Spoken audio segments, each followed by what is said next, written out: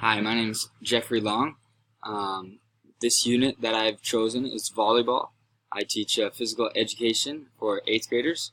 So sort of the vision for the unit is to introduce students to the game of volleyball and all the concepts that will ensure that they will learn the skills now and be able to play and enjoy for lifelong fitness interests.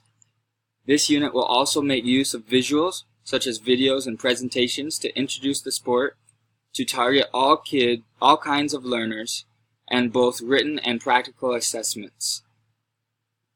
Gameplay will be used for evaluating their knowledge and understanding of the sport.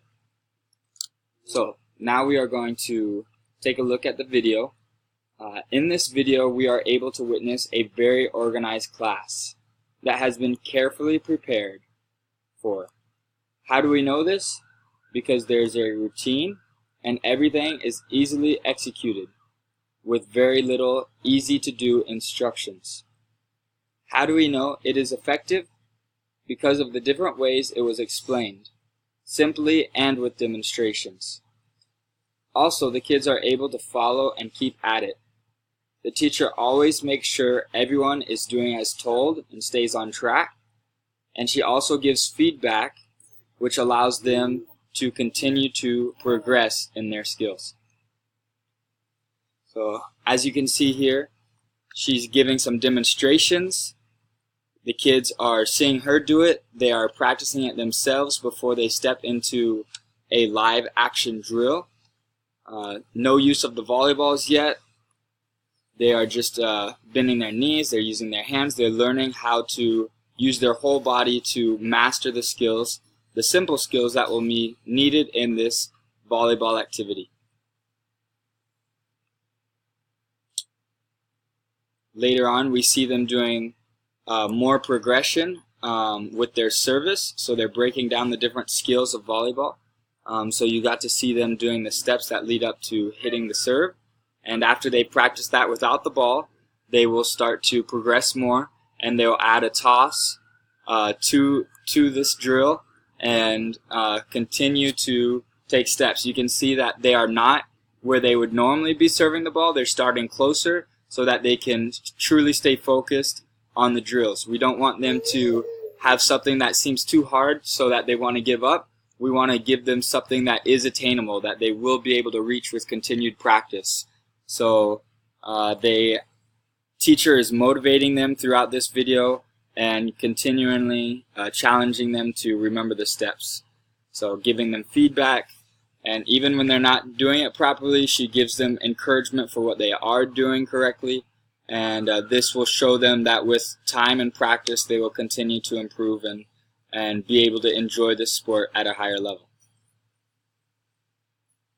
So then they have different exercises of fitness, because in all of these sports, especially volleyball, there takes a certain amount of fitness to be able to play, with lots of jumping and different activities. So these are a number of the different skills they've worked on, and then the teacher had created a smaller level of a game for them to be able to practice in. Instead of getting them right into a full-blown volleyball game, she breaks it down into different smaller steps that are feasible for her students' age and abilities, and so they can have some fun and they can practice some of those skills all together. So at the end, she came in, reminded them of some of the tasks they had done for the day, so that she can continue to build on them. So a unit plan is going to start off very broad. So let's take a look back and reflect on the differences of the unit plan and a lesson plan. The unit plan, you're going to first introduce the sport. You're going to talk about the different fitness levels that you must have. You're going to talk about the different skills that you must practice and master in order to be able to play the sport. You might talk about the different styles and the different footwork coordination needed. So a lot of this is also in the unit plan. You're going to have to figure out some of the differentiated instruction that you'll use for the different students' backgrounds and abilities in your class. So we also have the differences of objective between a unit plan and a lesson plan, where a unit plan is going to be a lot more broad.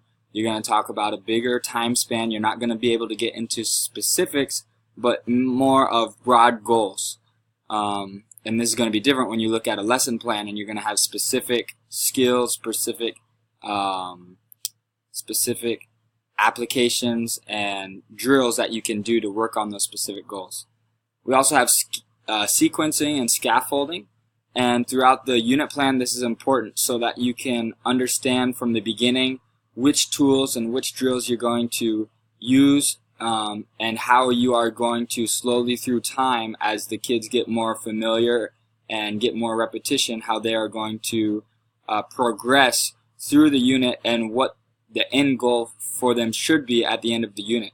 And if you have a variety of different skills that you want them to practice, like a bumping, passing, and serving, then throughout the unit you need to be figuring out different ways to practice those so that at the end of the unit they feel comfortable attaining and achieving, mastering all of these different skills to compete in a real life game. We also have in our unit plan a variety of additional notes where we can look at or write down different ideas, different plans that we may have to provide more resources for us to use during our unit. And some of these could be project-based learning, different group projects where we can think of different fun ideas to capture your students' creativity and imagination, and to get their teamwork involved in accomplishing different skills that you want them to work on in your unit. Lesson plans for me are the more exciting part.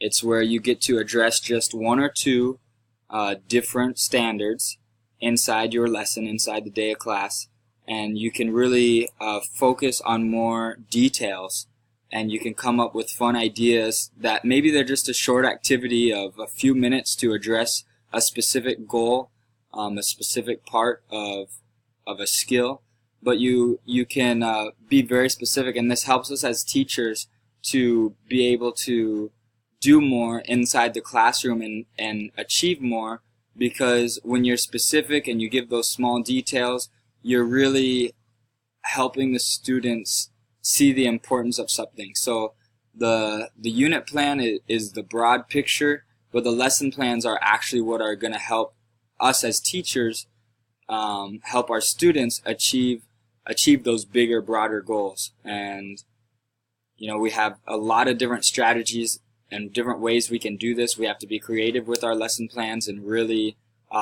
keep our students on their toes with different types of activities. Maybe some not always being physical, even though it's a PE class, we have to challenge their minds and their bodies to be able to achieve the different skills that they will see in the sport. And that's what gets me excited, is getting down to the nitty-gritty stuff and trying to be creative and create fun ways for them to learn these activities.